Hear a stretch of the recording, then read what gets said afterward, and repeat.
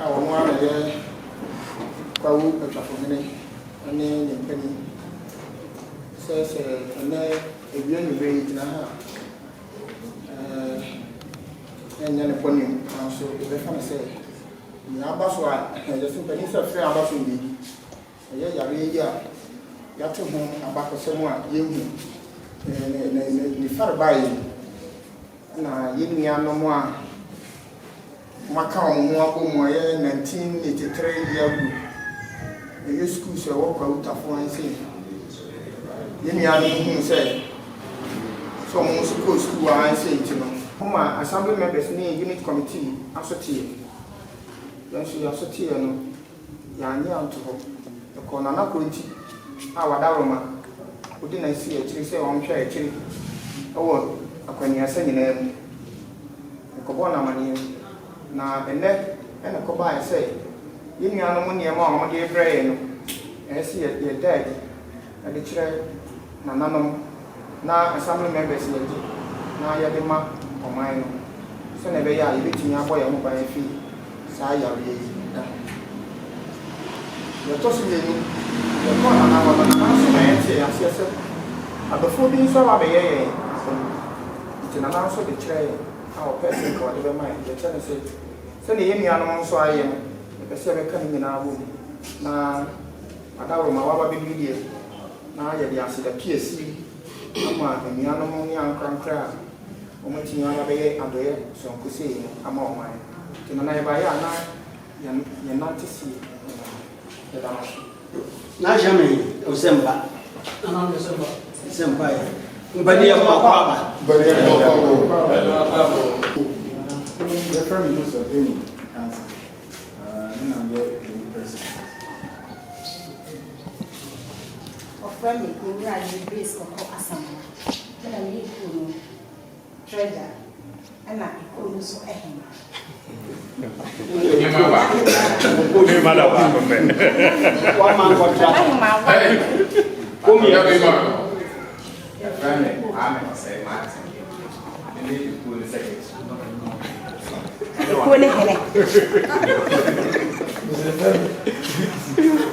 No, Ghana.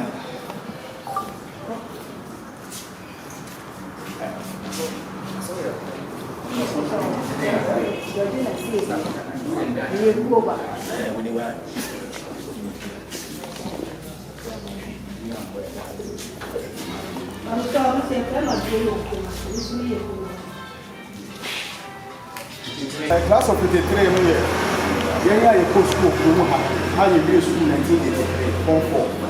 Na bi o RC bi o president bi o local authority. Enti ye na ya pay ho abom say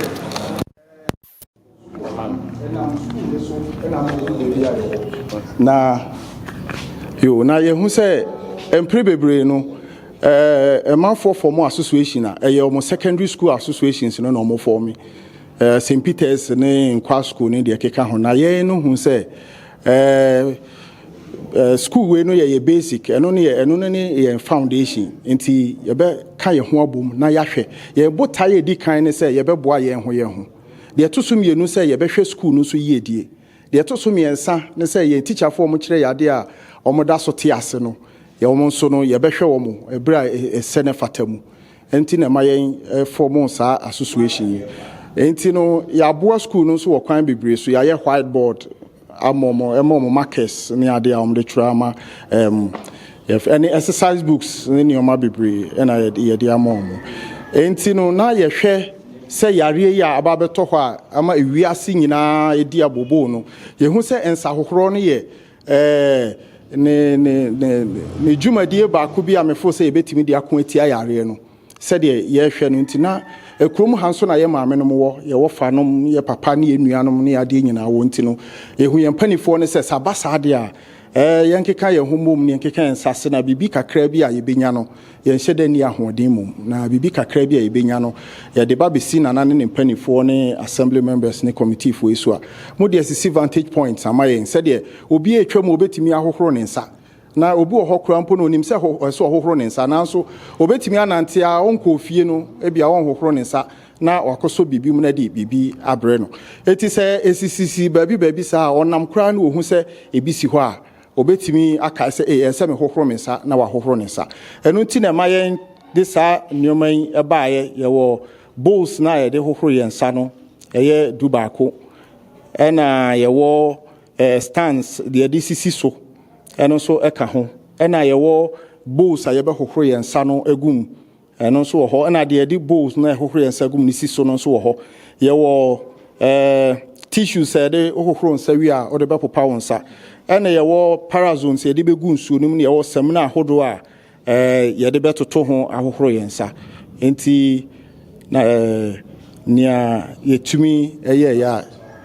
ana basket no ye hohoro nsa wi a o de be tumu no eno so enyina agoho enti nana ye keka ye nsa bomu a kakra yetumi de be boa nana ne kuru manfo ena ye de be enti eno no amene ebe no damo ase ne sere empatete ne ahode se de modia mabayi enyina so Kwahu Tafo ni babia hoenka na ye de ayenka ye ama etitrefo awurade nka mo ye di kan Tafo man edo wase Tafo man emo woni yo esa se enipa bebe eko school o ma sha se ye ya na o mutan ka o sani ya ura na o di kan e kasa ya kan na ntie o kasa mu no a enye we ni ade a e di kan o ma yi e di apeso ko ene de o ma kai se asem se ya babedu ko Tafo le so mo ba na mo be so o mu nua no a e wo Tafo asem e da mo asem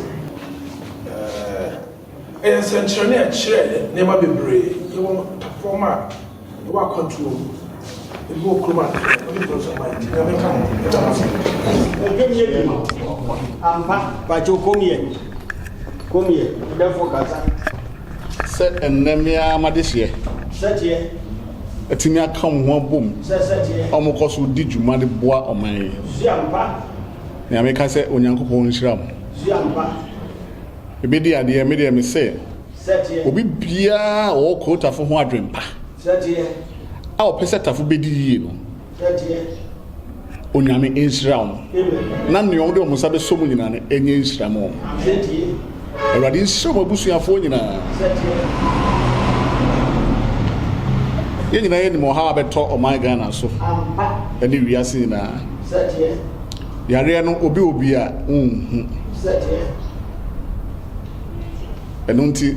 se madihye nya di ni suade hunu we setie na o maka mo ho abom abaye adoye ti se ya ma Kwahu Tafo man no setie na ahyemi nkran setie be do mase setie na me kaka ho ne se ampa omo kosoa na oma education no enko afiefiem ampa efise yare ne yese se o move pe na yare no zo move setie oma beye we awie no mestra mo so mo mfa no so nka ho setie no mo educate ye nanom ne nuan mo de o manko school yi bi setie no mo hia se ade a mo de aba no so no o be nya so mfa so setie yese amampani kan asem na nsan ya wo se onipa wu a ontimi mfa ne mma back ba se oboka onwu ye nkwa de ayi den obetimi ate woka setie eno ntino Tafo mai da mase setie se mo akai se mo behwe se be okra bia ho nka setie ne nyina yetimi anya hode ne ade aso be da mase onyankopon nhira mo amen nhira mo na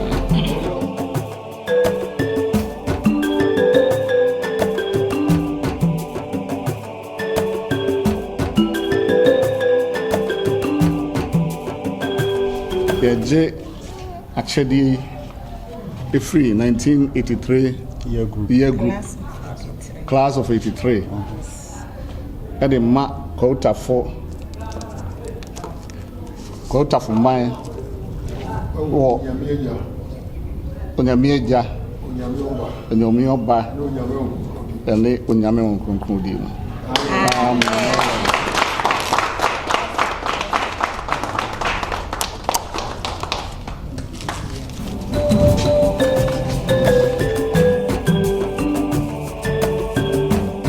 Seda kesiye efa so ama ye nana ene nimpanyifo bebre ukomo obi ade obetuma ka se mensoma ho na to ehwe opepa na odo ni nhira o maka akire na na se efi o makomum na yesre awurade nhira ani nimudie mu do enso de ma wo se o ma fie so yi ni menyina nkodwojo e ma wo na mu yie die mu ana o man ne so ye bedi yie awurade nhira wo class of 83 so ya da o mase nti ye de ya no esi no na ye de akwansere so to aso awura me de sane maya adofo de abeche ahyemosa na mo awrehye se mo behwe na de ntom ne bae no nya ho faso te ye damase me de hyemosa okay yeah boss Michel ja ba Jefferson FM Joseph Benin nkansa yo for Joseph am say ehwe echi a nema wo de aba fefefe nge bisa se de na ahye mo nkran ma obepi mu a okay the ahye nkran say ye eku bi a friend class of 83 for ye we school krom ha 1983 ebifi RCBC preview ebifi local authority and ya kan ye ho abom say group na ye beboa ye in schools na ye firm pie ye no enti no ya bo school no kwan bebre so enti ye hwe yade ya ababeto ho sese ya ye hu se ni nyina so pi pa ne se ye be hohoro yensa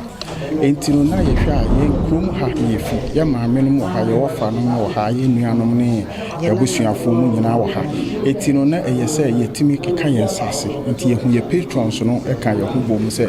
ye keka yensa se ye pesa nyoma yi family kru no enti ye de ba besi na nane ne mpanifo ni assembly members unit committee for so na omo fama kru yi se de be na omo de besisi vantage points a obia betimi ahohoro ne sade de aboye ho ban afisa ya de ekodi ewo enti eno ti na hye ye nkran se ye nye sa adwuma de ya de abepie ye adwuma ne de ye di ne kese pa ewo produce yi na ye nkrofo no ewo musa nipa 9 pe na wa hu ye bebre wa mano ne bebre won kan bebre kuma se a sa lockdown yi aloki wo mo a omo ntumi ameka ye nsasa abri enti na ye nan yi e na ya ba be represent the whole group awa ha na ye adwuma de ne de ye di wa ha schools na ye wie ya no ena ye boa nkwala na wo ho no sese omo so betimi awie se de school na boa yam ye pie na yakopie ba bebre ne se de yenso de school ne de ma ye no yenso e de ma school no nti ye dwuma de ye di ni nyina kese no okrum ha enti se ubi a ohwe ya ono nso wie school e wo sa mu yi anim a onte mu nka no e da asem na ka kire no obi a wie school 1983 e wo krodua yi mu Presby RC ene local authority a onte ye nka no de ye ka ne se omo modern na omra because ye hia wo ayie da se ye eba the following a year near ma the following a year near ba enti won bisa aye on time ra ye oba ye oba beto ye nti oba obe hu yehia wo yen sister na sister kokko efie ne kun former DC o Kwahu East ne kun efie ho na ye yen hia mo nti won de oba on hwehwe ye obe hu ye na mbra na ka wo na ye adwuma amidase amidase ewe busanfo sabre mensa kan assemblyman na owo etia amanfum ewo Kwahu Tafo na bo mechia obi ni ame so me dawase mefasa kwanya nso na machia atifo a omo nso etie na omo hwe nyina na ya de aseda piesi ama 83 year group awo adefefesin ya omaye e de ama Kwahu Tafo man nyina oba Kwahu Tafo aye wo two electoral area eti amanfo ana achiase emprempren yemienu two assembly members na nyame aye adoma yensa ka achede fefe sin na nokore ansa na nema na beba wo ne di ho nkomo ama yenso yaje no aso yaje no atu ama nananom nso de ahye yensa ne ayaye ne se de enema no anasa dina achede no omde ma ya na ekokosi vantage points a omo a omo wo area mu osa na ye be yi onipa baako no ahwe so aman na se du anwumre a obia akoda na wa pɛ no kurabe papa man na de atia na san akɔ ye be kɔ rounds ni akɔhwɛ ye ni aso ade fefe kese a ye nuanom aya kyerɛ ye srɛ adɔfo ne ye nuanom a aka ɛwɔ mu tirimu omo wo pepa so mba bɛyɛ sa adɔye bi a kyerɛ no omo fa sa akwanyan so na omo nso embra fie na omo mra mɛyɛ adɔye se na be ya yare no enko dokro yen ema owi ni bia ema mametwe eye mini assembly member wo achiase eye honorable Boama Alexander ene Honorable James Afre itia manfum ye se ye de aseda eni kabia emom se nyame e de adom dom ye na adepa bi e che a omuhu ohan fefe na ye Kwahu Tafo assembly members ne unit committee for ene de aseda eni kabia ema adofie nyame nhira obi bia oyi bi man na onhye na nan mu mo ho edamase